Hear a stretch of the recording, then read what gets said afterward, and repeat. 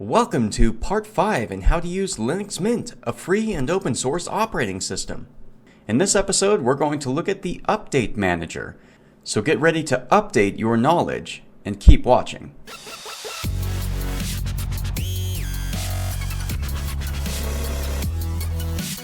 Free your mind. Okay, so in previous videos, we've gone over what packages are and how they're used to distribute new applications. What we're going to look at now is the Update Manager, which is the program that is responsible for collecting those packages from the servers, bringing them to your machine, and installing them so you have the latest and most up-to-date software available. Usually after a fresh install of Linux Mint, you're going to see a little icon that's down at the bottom right in the system tray. And this is represented by a little shield, it looks like. If there are new packages or updates to software, there's going to be a blue icon in the middle here. Once we update your system, you're going to see this change to a green check mark, which is going to symbolize that all of the packages on your computer are up to date and everything is good to go. So let's left click on the Update Manager icon to open the program. So after you freshly install Linux Mint, you're going to see this welcome screen appear.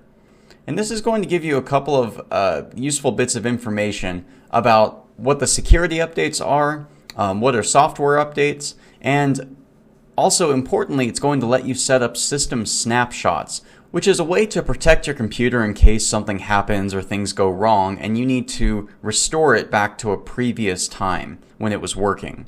As a friendly note from the Linux Mint developers, they're saying at the bottom, Linux Mint recommends to set up automated system snapshots and to apply all available updates. This way, your computer is always secure and you can go back in time and recover from any potential regression. So if you want to know more about the Update Manager, you can click on the Help button at the bottom here. And that's going to open up a window that gives you some more details about what each option is, and you can learn more about it in detail. But for now, we're going to go straight to the main window. So we're going to close this. And we're going to click OK. So oftentimes you're going to see that a new version of the Update Manager is available. And that's letting you know that this program has been updated and there are usually new features, bug fixes, or improvements made to stability and security for this program. So we're going to click Apply the Update. And in the traditional fashion, Linux Mint is going to ask for your administrator password. And after typing in the password and pressing Enter or Authenticate, it will proceed to installing the latest version of the Update Manager. You're going to see a new window appear, briefly showing that it's downloading all of the new files, and then that's going to install them, and that's represented by a green progress bar. Once that's completed, you're going to see the Update Manager close and automatically reopen.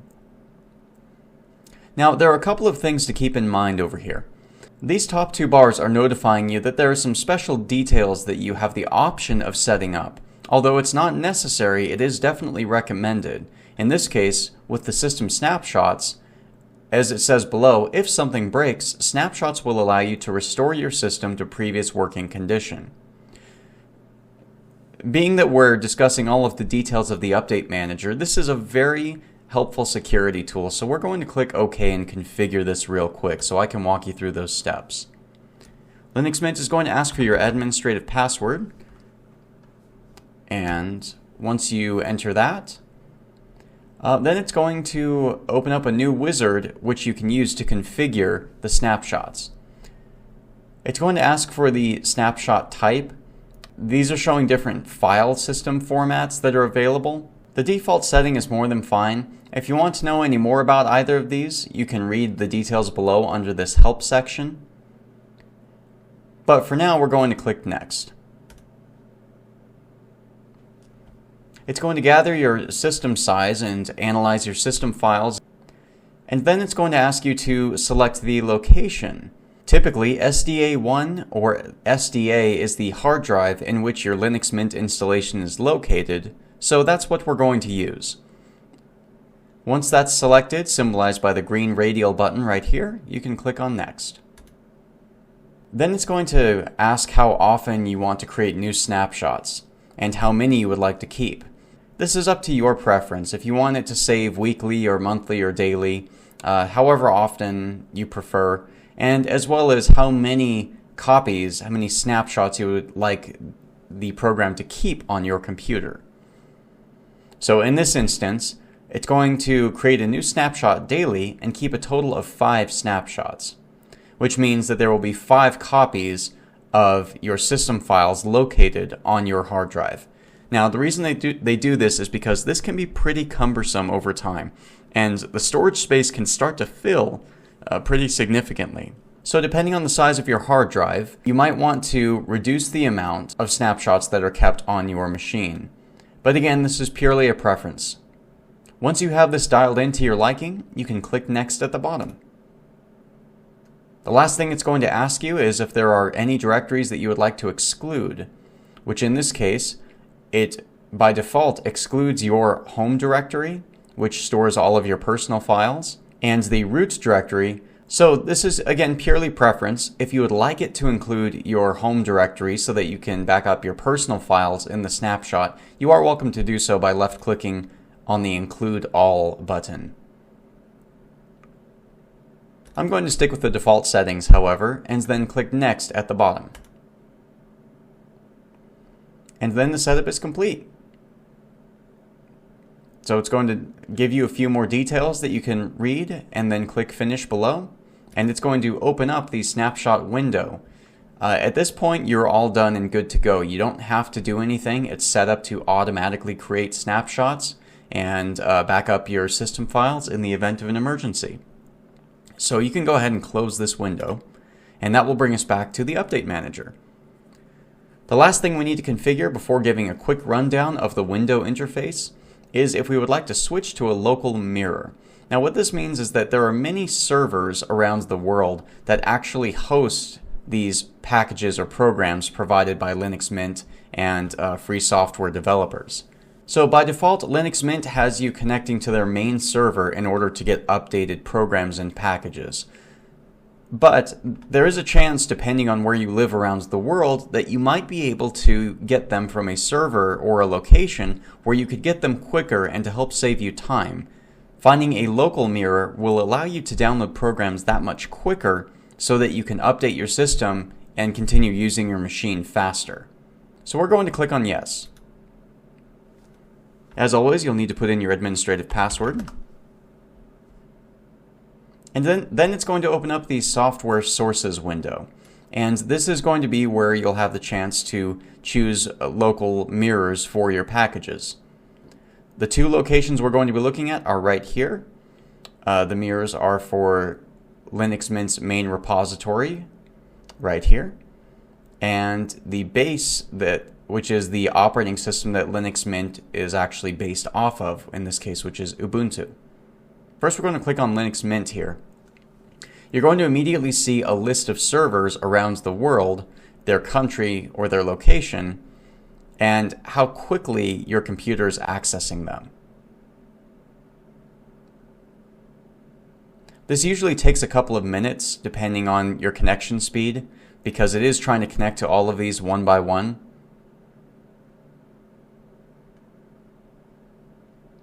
And then generally what you're going to want to do is you're going to want to select the server that has the highest speed. So the higher the number, in this case, the better. Right now this is a pretty high number here for this server, so I'm going to select that as my choice and click Apply at the bottom. So now I am receiving packages and updates from this location. And then I'm going to do the same thing with the base mirror.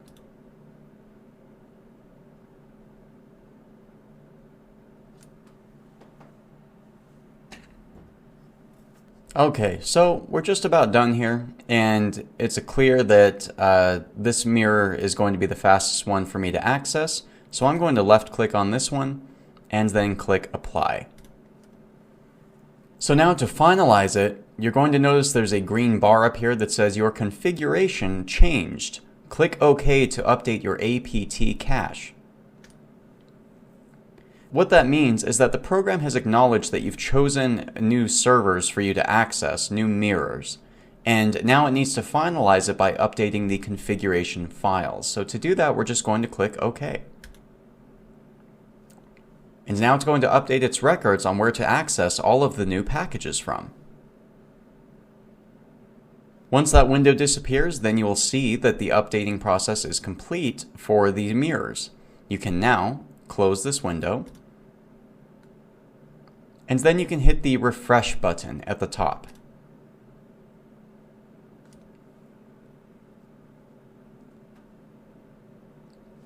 Okay, so now that everything has been configured, I can give you a rundown of the Update Manager program layout.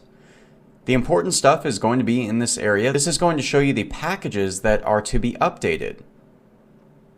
I'm going to left click and drag down at the bottom here and then down over here in order to increase the size of this window. Okay, now generally this isn't something you need to look at. This is just simply notifying you that there are updates to these programs that you have installed on your computer and that they are ready to download and install. You'll find commonly accessed programs like Firefox, which is your web browser. So it's notifying you that there is an update available, and it's telling you the actual version number of the new package right here in the right. If you wanted to look more specifically at the details, you can see over here at the bottom, you'll see a description tab, which tells you a description of the program, as well as the actual packages here that are going to be installed or updated. And then a change log, which tells you, usually it tells you exactly what kind of changes have been made to the code. Sometimes this appears for programs, sometimes it doesn't. But again, this is more for developers or very technical users who want to see specifically what was changed. Not only your traditional applications, but also things like the Linux kernel will also receive updates through the Update Manager. In this case, you'll notice here that a new version of the Linux kernel is available. Now, the kernel is important because this is what allows you to talk to your hardware as well as perform other basic tasks. So whenever there's an update to the Linux kernel, it's usually a pretty important thing. Security updates, patching vulnerabilities in the software, fixing things, but also improving the code to make your computer run better. So let's get to updating. The most important button that you're going to need to worry about in this whole program is simply the Install Updates button. You'll want to make sure that you have all of the packages selected, which is symbolized by the green check mark here in the left. If for some reason any of them aren't selected, like so, you can select the Select All button and click that, and that's going to select every package so to make sure that nothing's left out. So let's click on Install Updates. This is briefly going to show you the following packages which will be installed. And what this is saying is that in order to upgrade these packages, it's going to need to install additional packages onto your computer. This is very normal, and it's just there to notify you because they like you knowing what exactly you're putting on your machine. So once you look through them to your satisfaction, you can simply click the OK button on the bottom. And Linux Mint will ask for your administrative password. And once you put in your password, it will begin the download process of downloading all of those packages shown in this list over here.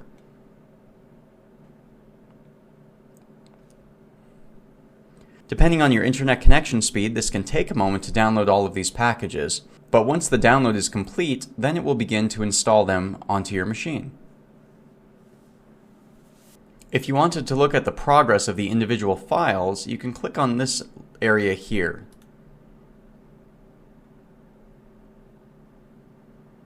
And clicking this again will hide the individual files section. Once the green progress bar gets all the way to the right, then it will begin the installation and upgrade process. So now the download is complete, so a new window will appear that's showing the status of the software installation, which it's now upgrading all of the packages that are currently installed on your computer to their latest version. Appropriately described right here where it says the marks changes are now being applied, this can take some time. Please wait. Now, depending on the type of hard drive you have installed on your machine, That will determine how quickly this upgrade process happens. If you have something like a solid state drive on your computer, then this process will be completed much quicker. If you have a more traditional non-solid state hard drive, then this installation might take a little bit longer to finish. And just like before, if you want to see the details on what's going on, you can click this details button right here, but this is going to give you some very technical information, which is essentially a terminal right here, and the terminal is showing you the status of each installation command or each upgrade command as it's processing. So what it's doing is it's unpacking the packages that are containing the programs, and it's installing them over their previous edition, their previous version. To hide the details, you simply click on the details right here. And I'm going to skip ahead a bit here so you can see what it looks like when the update process is complete. And so once the update process is completed, you'll see the window close, and the main window will now show a check mark showing that your system is up to date. Congratulations! This will also be shown by a green check mark in the icon at the bottom right on the system tray. Keeping your system up to date is very important because it keeps all of your favorite programs that you enjoy using fresh and bearing the latest features, fixes, and improvements. So if you want to keep using the latest and greatest, make sure you update often, and whenever you see that blue icon down here at the bottom right, left click this update icon and make sure that you update all of your software. A couple small little details before we close out this video is you're going to see the view over here. It shows a couple of important bits of information. Mainly for many users, the benefit here comes from the Linux kernels. Left-clicking the Linux kernels menu entry option will allow you to install different versions of the Linux kernel. Now, why would you want to do this? Well, there are things like if new hardware comes out, let's say NVIDIA makes a new graphics card, or you have a new graphics tablet like a Bamboo tablet or a Wacom tablet that you want to use to draw on. You're going to need to make sure that the Linux kernel is compatible with those pieces of hardware. If they don't have drivers for that hardware, your Wi-Fi might not work, as it's saying over here. You might not have video acceleration, so if you're doing things like graphic design or video editing or 3D modeling like I do, you'll need these features in order to do that. And sometimes that can be fixed, especially if you have newer hardware, by updating the Linux kernel. So it's giving you a warning with good reason. You want to proceed with caution. You're going to want to make sure you know what you're doing before you proceed here. Again, this is for more experienced technical users, and I'm showing this feature just so that they know it's there, that in case they want to upgrade the kernel, there is a fairly easy process to do so. So you can click continue at the bottom, and it's going to pull up a list of kernels that are available for install. Right now at the top it shows you which kernel you are currently using. In this case it's 4.15.0, and it has options all the way from 4.18 and in this particular release up to 5.0. And so if you wanted to install a new kernel, you would simply left click here in the next to the number, and then you can see that you can click install on the right here. Now after you click install it is going to install it, and I believe this is going to be the latest version. When you boot your machine, it is going to boot using this kernel. So you're not going to have to tell it which kernel you want to boot from. It should just come and boot from the latest version that you install. So I'm going to close this window now that you know this feature is there. The only other part you really need to know for this video is if you want to edit your system snapshots or your preferences or your software resources, they're going to be in the edit menu. So that's going to open up your preferences to give you a couple of options to hide or display certain contents in the update manager. But mainly if you wanted to enter the system snapshots or the software resources, you can do that from the edit menu. If you needed to, you could also go down here and simply type either of them or search for them using the mince menu right here.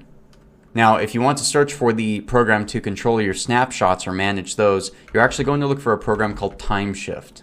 And TimeShift is going to be the name of the program that manages your snapshots. So just in case you were going to try to look for snapshots and you didn't come up with anything and you're thinking, oh, well, I look for snapshots, why isn't it there? That's because that's not the name of the program that the developers chose to manage your snapshots. Software Sources, however, is still available from the search menu.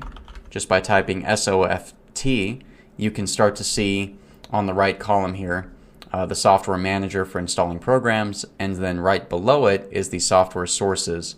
So you can go back if you needed to, for some reason, change the mirrors of the servers you want to access, or any of the other details about the sources where you want to get your programs and packages from. So that concludes this video on how to use the Update Manager. This is part 4 in a 7-part series on how to use Linux Mint. I thank you very much for watching. I would appreciate it if you would like this video. And if you want to see more, please hit the subscribe button so that you can see new and updated content on how to use free software as soon as it becomes available. But for now, feel free to proceed to the next video in the series, and we will see you then. Thanks, guys.